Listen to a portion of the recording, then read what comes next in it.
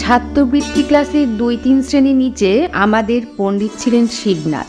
তাহার গোপদাড়ি কামানো, চুল ছাঁটা এবং টিকিটি ভ্রস্য। তাহাকে দেখিলেই বালকদের অন্তরাত্মা শুকাইয়া যাইত। প্রাণীদের মধ্যে দেখা যায় যাহাদের হুল আছে তাহাদের দাঁত নাই। আমাদের পণ্ডিত মহাশয় দুই একত্রে ছিল। একদিকে কিল, চর, চাপড় চারা গাছের বাগানের উপর শিলাবৃষ্টির মতো অজস্র বর্ষিত হইত, ওদিকে তীব্র বাক্য জ্বালায় প্রাণ বাহির হইয়া যাইত। ইনি আক্ষেপ করিতেন পুরাকালের মতো গুরু শিষ্যের সম্বন্ধ এখন আর নাই, ছাত্রেরা গুরুকে আর দেবতার মতো ভক্তি করে না। এই বলিয়া আপনার উপেক্ষিত দেব মহিমা বালকদের মস্তকে সবেগে নিক্ষেপ করিতেন এবং মাঝে মাঝে হুঙ্কার দিয়া উঠিতেন, কিন্তু তাহার মধ্যে এত ইতর কথা মিশ্রিত থাকিত যে তাহাকে দেবতার বজ্রনাদের রূপান্তর বলিয়া কাহারও ভ্রম হইতে পারে না। বাপান্ত যদি বজ্রনাথ সাজিয়া তর্জন গর্জন করে, তাহার ক্ষুদ্র বাঙালি মূর্তি কি ধরা পড়ে না? যাহা হোক, আমাদের স্কুলের এই ৩য় শ্রেণীর ২য় বিভাগে দেবতাটিকে ইন্দ্র, চন্দ্র, বরুণ অথবা কার্তিক বলিয়া কাহারও ভ্রম হইত না। কেবল একটি দেবতার সহিত তাহার সাদৃশ্য উপলব্ধি করা যাইত, তার নাম যম। এবং এতদিন পরে স্বীকার করিতে দোষ নাই এবং ভয়ও নাই। আমরা মনে মনে কামনা করিতাম উক্ত দেবালয়ে গমন করিতে তিনি যেন আর অধিক বিলম্ব না করেন। কিন্তু এটা বেশ বুঝা গিয়াছিল নরদেবতার মতো বালাই আর নাই। সুরলোকবাসী দেবতাদের উপদ্রব নাই। গাছ হইতে একটা ফুল পাড়িয়া দিলে খুশি হন, না দিলে তাগাদা করিতে আসেন না। আমাদের নরদেবগণ চান অনেক বেশি এবং আমাদের তিলমাত্র ত্রুটি হইলেই চক্ষু দুটো রক্তবর্ণ করিয়া তাড়া করিয়া আসেন। তখন তাহাদিগকে কিছুতেই দেবতার মতো দেখিতে হয় না। বালকদের পীড়ন করিবার জন্য আমাদের শিবনাথ পণ্ডিতের একটি অস্ত্র ছিল। সেটি শুনিতে যৎসামান্য, কিন্তু প্রকৃতপক্ষে অত্যন্ত নিদারুণ। তিনি ছেলেদের নূতন নামকরণ করিতেন। নাম জিনিসটা যদিচ শব্দ বই আর কিছুই নয়, কিন্তু সাধারণত লোকে আপনার চেয়ে আপনার নামটা বেশি ভালোবাসে। নিজের নাম রাষ্ট্র করিবার জন্য লোকে কি কষ্টই না স্বীকার করে।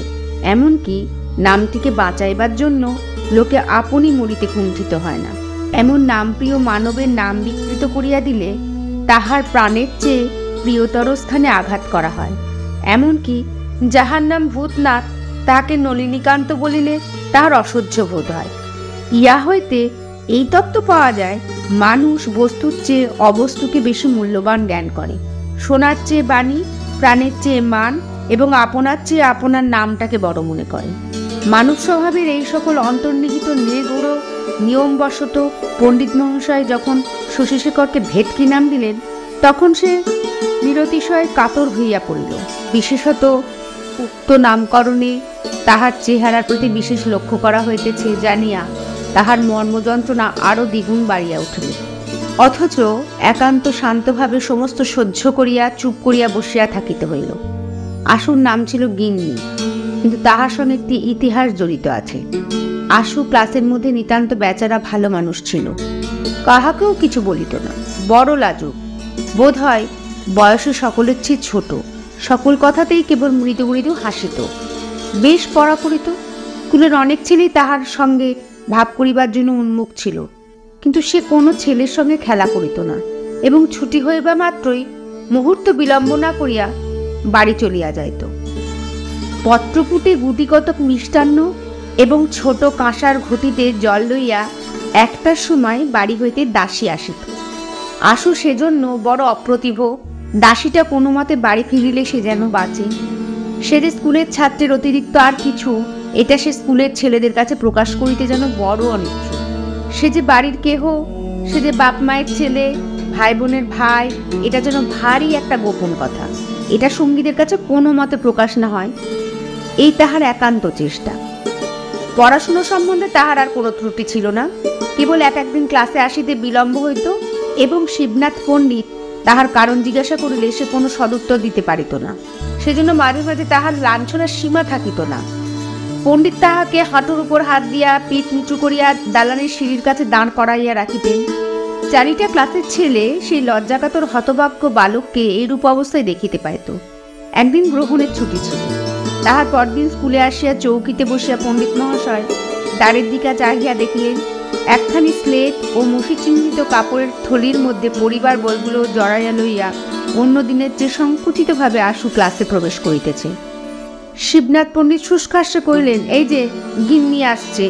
তাহার পর পড়া শেষ হইলে ছুটির পূর্বে তিনি সকল ছাত্রদের সম্বোধন করিয়া বলিলেন, শোন, তোরা সব শোন। পৃথিবীর সমস্ত মাধ্যাকর্ষণ শক্তির সবলে বালককে নিচের দিকে টানিতে লাগিল, কিন্তু ক্ষুদ্র আশু সেই বেঞ্চির উপর হইতে একখানি কোঁচা ও দুইখানি পা জুড়াইয়া ক্লাসের সকল বালকের লক্ষ্যস্থল হইয়া বসিয়া রহিল।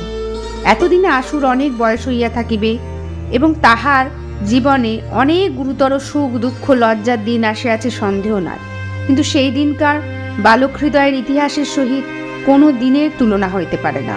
কিন্তু ব্যাপারটা অতি ক্ষুদ্র এবং দুই কথায় শেষ হইয়া যায়। আশুর একটি ছোট বোন আছে, তাহার সমবয়স্ক সঙ্গিনী কিংবা ভগিনী আর কেহ নাই। সুতরাং আশুর সঙ্গে তাহার যত খেলা। একটি গেটওয়ালা লোহার রেলিংয়ের মধ্যে আশুদের বাড়ির গাড়ি বারান্দা। সেদিন মেঘ করিয়া খুব বৃষ্টি হইতেছিল। জুতা হাতে করিয়া ছাতা মাথায় দিয়া যে দুই চারিজন পথিক পথ দিয়া চলিতেছিল, তাহাদের কোনো দিকে চাহিবার অবসর ছিল না। সেই মেঘের অন্ধকারে, সেই বৃষ্টি পতনের শব্দে, সেই সমস্ত দিন ছুটিতে গাড়ি বারান্দার সিঁড়িতে বসিয়া আশু তাহার বোনের সঙ্গে খেলা করিতেছিল। সেদিন তাহাদের পুতুলের বিয়ে। তাহারই আয়োজন সম্বন্ধে অত্যন্ত গম্ভীরভাবে ব্যস্ত হইয়া আশু তাহার ভগিনীকে উপদেশ দিতেছিল। এখন তর্ক উঠিল, কাহাকে পুরোহিত করা যায়। বালিকা চট করিয়া ছুটিয়া একজনকে গিয়া জিজ্ঞাসা করিল, হ্যাঁ গা, তুমি আমাদের পুরুত ঠাকুর হবে? আশু পশ্চাৎ ফিরিয়া দেখি শিবনাথ পণ্ডিত ভেজা ছাতা মুড়িয়া অর্ধসিক্ত অবস্থায় তাহাদের গাড়ি বারান্দায় দাঁড়াইয়া আছেন। পথ দিয়া যাইতেছিলেন, বৃষ্টির উপদ্রব হইতে সেখানে আশ্রয় লইয়াছেন। বালিকা তাহাকে পুতুলের পৌরোহিত্যে নিয়োগ করিবার প্রস্তাব করিতেছে। পণ্ডিত মহাশয়কে দেখিয়াই আশু তাহার খেলা এবং ভগিনী সমস্ত ফেলিয়া একদরে গৃহের মধ্যে অন্তর্নিহিত হইল। তাহার ছুটির দিন সম্পূর্ণ মাটি হইয়া গেল। পরদিন শিবনাথ পণ্ডিত যখন শুষ্ক উপহাসের সহিত এই ঘটনাটি ভূমিকা স্বরূপে উল্লেখ করিয়া সাধারণ সম্মুখে আশুর গিন্নি নামকরণ করিলেন, তখন প্রথমে সে যেমন সকল কথাতে মৃদুভাবে হাসিয়া থাকে, তেমন করিয়া হাসিয়া চারিদিকের কৌতুকহাস্যে ঈষৎ যোগ দিতে চেষ্টা করিল। এমন সময় একটার ঘণ্টা বাজিল, অন্য সকল ক্লাস ভাঙিয়া গেল এবং শালপাতার দুটি মিষ্টান্ন ও ঝকঝকে কাঁসার ঘটিতে জল লইয়া দাসী আসিয়া দ্বারের কাছে দাঁড়াইল। তখন হাসিতে হাসিতে তাহার মুখ কান টকটকে লাল হইয়া উঠিল, ব্যথিত কপালে শিরা ফুলিয়া উঠিল এবং উচ্ছ্বসিত অশ্রুজল আর কিছুতেই বাদ মানিল না। শিবনাথ পণ্ডিত বিশ্রাম গৃহে জলযোগ করিয়া নিশ্চিন্ত মনে তামাক খাইতে লাগিলেন। ছেলেরা পরম আহ্লাদে আশুকে ঘিরিয়া গিন্নি গিন্নি করিয়া চিৎকার করিতে লাগিল। সেই ছুটির দিনের ছোট বোনের সহিত খেলা জীবনের একটি সর্বপ্রধান লজ্জাজনক ভ্রম বলিয়া আশুর কাছে বোধ হইতে লাগিল। পৃথিবীর লোক কোনো কালেও যে সেদিনের কথা ভুলিয়া যাইবে, এ তাহার মনে বিশ্বাস হইল না।